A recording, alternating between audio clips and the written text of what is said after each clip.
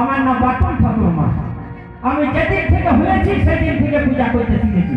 হ্যাঁ, তবে আমার ওই পূজার ডগ আছে তো গোড়া নাই, আর গোড়া আছে তো ডগ নাই মা গো।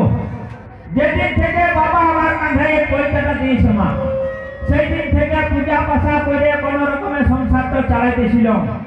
এই বছর 6-7 আগে লকডাউন হয়ে গেল। লকডাউনে গোটা দুনিয়া পূজা পাশা বন্ধ হয়ে গেল বাবা। সেই দিন থেকে আমারও ডাক বন্ধ হয়ে গেল। আজও তো একটা লোক প্রণাম করতে শুধু আসে নাই যে 2 টাকা পাবো প্রণামী, কেউ আসে নাই মাগো। আমার ভাগ্য বড় খারাপ। এই বয়সে কি খাইতে পারে? আর বামন থেকে কেউ ফাটাইতে খুঁজে নেই বাবা, এমন দুর্ভাগ্য বামন নেই। এই বয়সে কি করবো? কোন কাজ করতে লাগবো।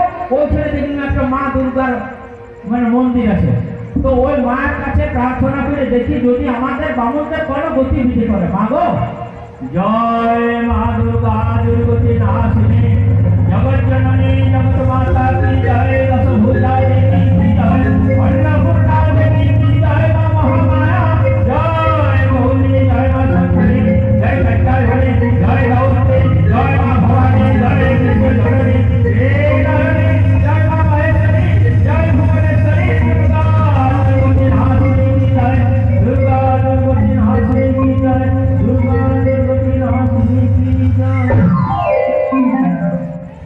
আমায় একটু